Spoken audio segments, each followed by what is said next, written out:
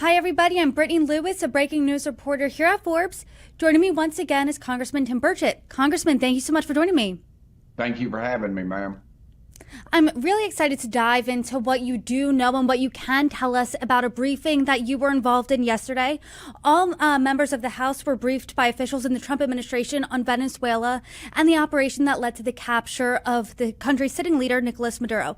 I know it was classified, so you can't get into the specific details here of that meeting. You did say, though, from what you learned, it was a masterful operation. Aside from that, what other takeaways did you have from that meeting?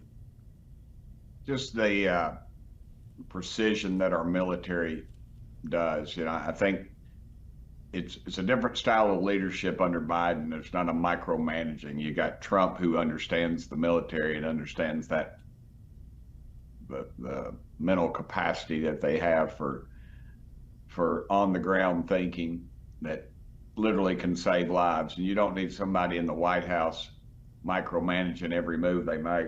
And I think that's what Trump did, and that's why I think our military is so successful, because they've told our leaders in the military and our branches of the military that they, in fact, will be given a little more freedom. I think that's even been quoted more or less in the press, and I think that showed because they did some pretty extraordinary things, and I think it just and I think it has repercussions throughout the world. I think Cuba sees that they're going to be on the chopping block. Not necessarily we're going to invade them, but that the funding and the flowing of terrorist dollars, things like that, will not be coming to them. China was looking at a partnership with Maduro, obviously, for an invasion of Taiwan.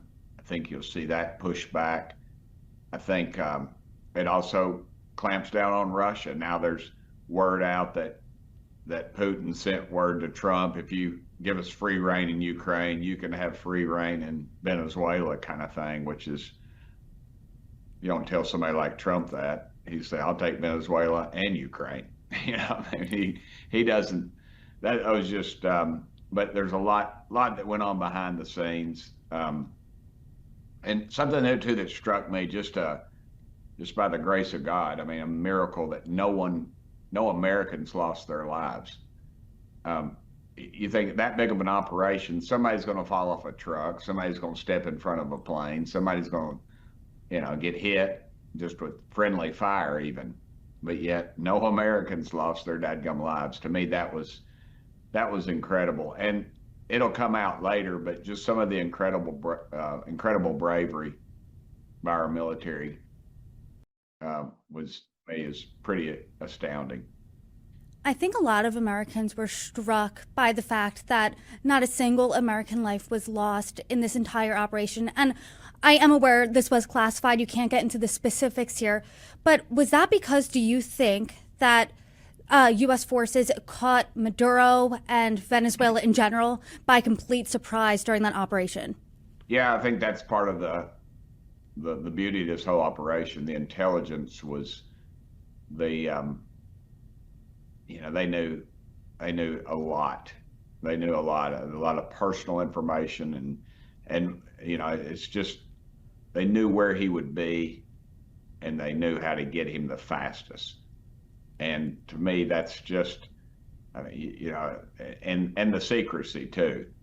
The left was raising Cain about it, but if you'd have told them, they'd have run out the door. I always remember when I first got to Congress, and I was in a classified briefing, and I said to an old Democrat, I said, so let me get this straight. If I miss this meeting, I can probably catch it on the news in 20 minutes. And he winked at me and said, more like 10 minutes, Tim.